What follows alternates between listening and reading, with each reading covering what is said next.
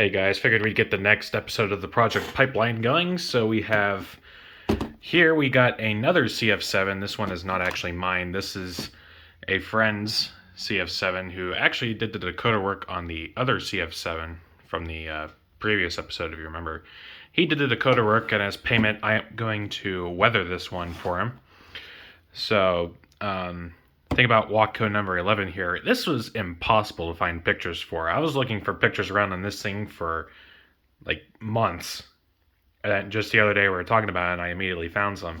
So a couple interesting things is that this one has don't know why, but Athearn put a silver fuel tank on it in addition to the silver trucks. And the pictures I have, I'm sure I'll forget to put pictures up, but the actual one has a black fuel tank.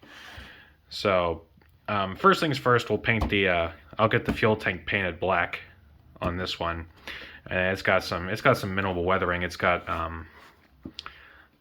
some dirt in certain areas on the pilots, and then it's got like oil leaks and coolant leaks along the sides. So that one will be fairly easy to accomplish. I also have an ongoing project with these Walthers ballast cars. I got this one. It's got two more friends down there. I got them painted. I'm gonna clear coat them with the gloss, and then we're gonna decal them. And then we're gonna try and keep these two guys, or three, we're gonna keep them moving along here. So other than that, I got this car is still upside down with its trucks off, and this car and these three. I got a bit of a mess going on here, so we're gonna try and keep moving these along here. All right, and here's the completed Watco CF7.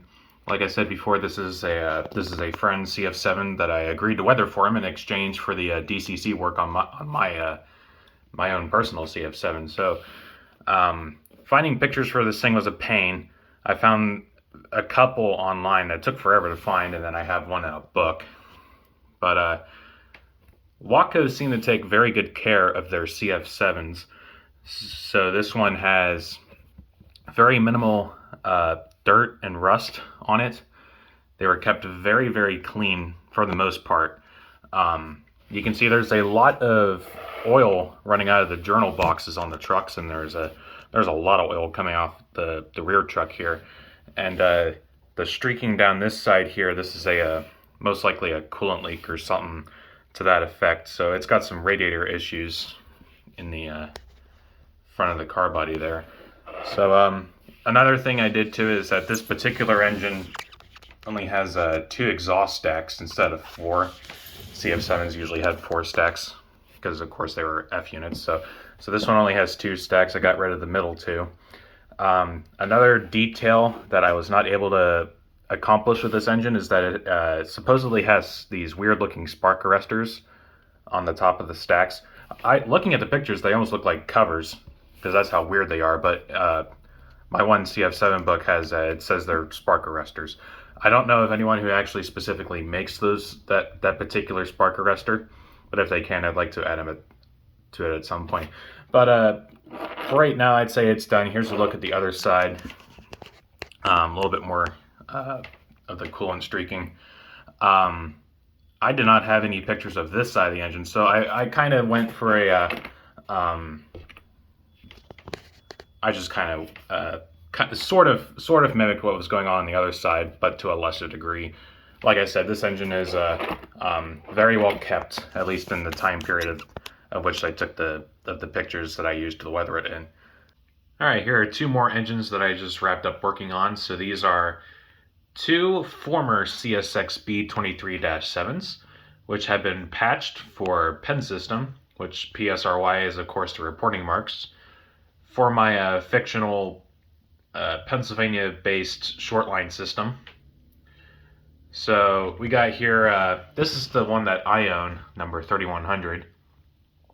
And basically, so for both of these, I just patched over the CSX lettering.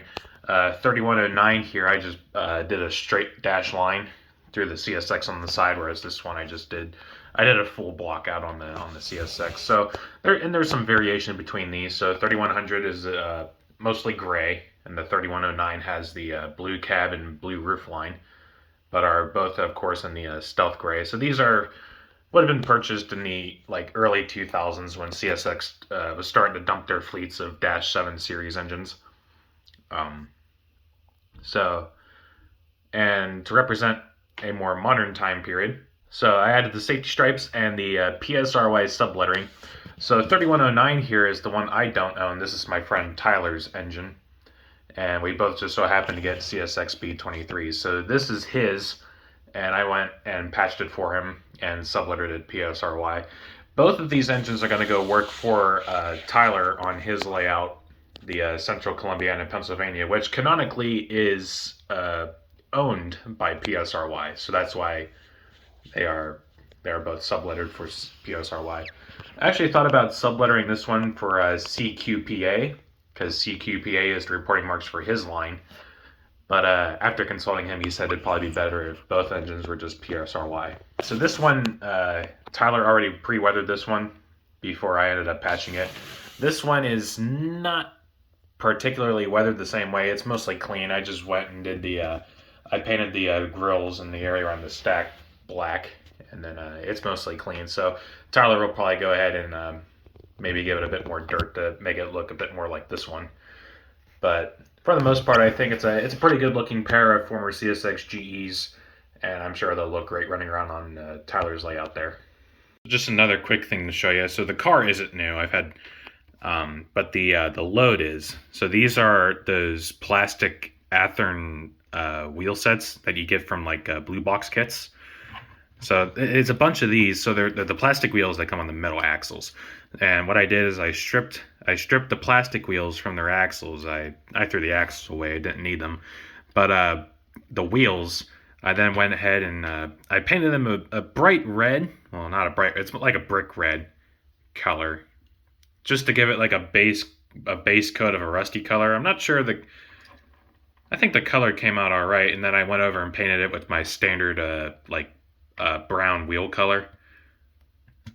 But and it was just kind of to give the car just to give the wheels like a more rusty undertone in case the color showed through. I don't know. I think it looks all right. It gets the point across and it makes for a nice load of scrap wheels.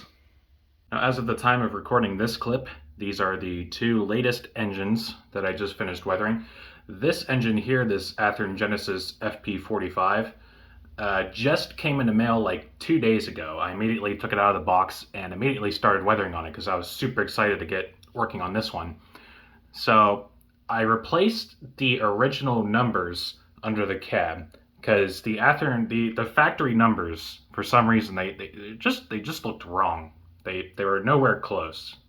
So I put some new microscale decals on there. They look much more in uniform with much of the proper font for these Santa Fe engines.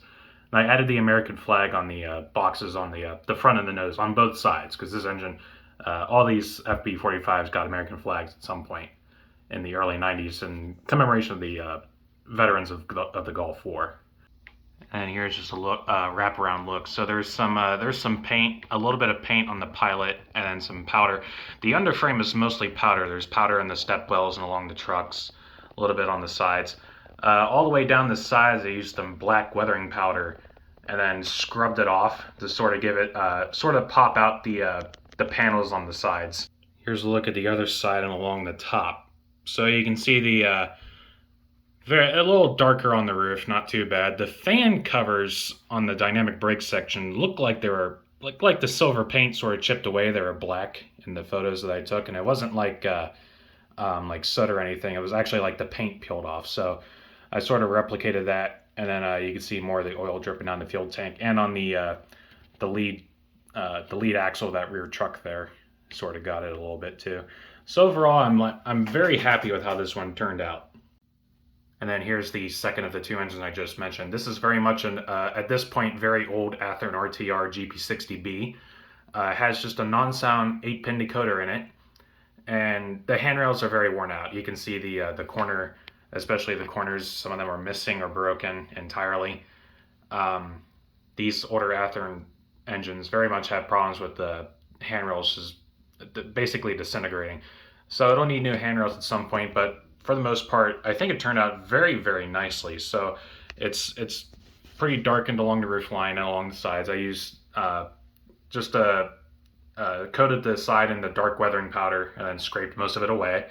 Makes the doors and panels along the side pop out in a bit more detail. But also it darkened overall the silver and the red, because before it was very shiny. It was very shiny, and then the dirt along the trucks and the fuel tank. Some of these GP60Bs had the paint peeling on the fuel tank, where you could see the red on it behind the silver. This one doesn't really have it that bad, at least in the pictures I have of it, but I have another Jeep 60B, number 347. That one will probably be a bit more fun because it has some paint peeling on the fuel tank and such. And here's a look at the other side and the rear. So overall, very fun engines. I love GP60s, and I got plenty more of these. I got another 60B and, of course, the 60Ms. These will be very fun engines to keep moving along here. I'll hopefully have a couple more of them finished. Some of the 60Ms, I want to get lock sound installed, so I don't think the B units will get sound in them. That might change, depends on my opinion. But I don't think the B units on their own would probably need sound. We'll just see how it goes. I am a sucker for Chicago and Northwestern cars, so I have 3 covered hoppers here that I just wrapped up working on. This is a Walther's cylindrical covered hopper, one from the most recent run. Just a little bit of powder on top. This car I have a picture of. It was recently repainted in 1993, so it's supposed to look fairly fresh. Just a little bit of dirt on top. All 3 have my painted trucks and my signature color. Next up is a Athearn ready to roll Chicago Northwestern X Clemmy co-op car. Of course, it's pink and all the dirt and stuff dripping on the sides. Definitely a bit more beaten up than the other car you just seen. A little bit of dirt in the end cage there for the pickup dirt. And compare that to this last car, another Walther's covered hopper. Has definitely seen some years of service. This is the one I've had sitting upside down here in this spot for way too long. I finally got around to just working on it. A lot of acrylics. I went like dry brushed some gray and brown mixture down the side and then rubbed it off to sort of give it the streaking look, and some powders on top of that for good measure. And then you can see the trucks are pretty dirty and beaten up from the stuff dripping down the side. Definitely a couple years of hard service and hauling grain across the country. So these 3 definitely look good mixed in a freight train. Super pleased with how they turned out. And I have a couple more Chicago Northwestern cars, which will probably get done if I ever find the time to do them. Because I don't want the car to sit upside down with its trucks off for like 2 months again. All right, so I have one final locomotive to show you. This is a Atlas B40-8, of course being the standard cab one. So I had to do a couple modifications. First of all, Atlas never did them with the headlight and the nose. So I went ahead and moved the headlight from the cab, filled it in, painted it back over, and moved the headlight to the nose. This particular one, the first 20 of these B40s had the headlight in the nose, sort of sticking out of the nose. And as you can see, it's moved to the side here. You can definitely see the issue with that. So crews complained about burning themselves on the headlight, walking around on the nose. So the next 20 had the headlight recessed into the nose. But this particular one, 7412, it's the third of the class. There were 7410. They were numbered right after the B39-8s. So this is one of the very first ones, and it is very beaten down. A lot of the Santa Fe engines, you can tell, if they were buried in the middle of a consist, especially for a while, they got dirty pretty fast. I also put the really far spread ditch lights on the Pilot. They're non-functional. This engine doesn't have sound. It's just a normal standard decoder. I also put a Details West horn casting in the middle there. It makes it look much better. So overall, a very nice stand-in model for a B40-8. It'll be pretty much only a trailing engine. I don't plan to use this as a leader, hence why none of the lights work or anything. Though maybe in the future this will make a good candidate for having lock sound, and especially all the works cut in for as far as LED lights are concerned. That's pretty much all I have left going on. Here's a little sneak peek of probably the next episode will be it'll be all about trailer train flat cars. And I got pretty much everything else cleared up. I just got a reference book and the box for that -8 in the way. But I got this area pretty much cleaned up here for the moment. Some projects currently stored away, awaiting their turn. So I'll keep plucking away, and until next time, take care, guys.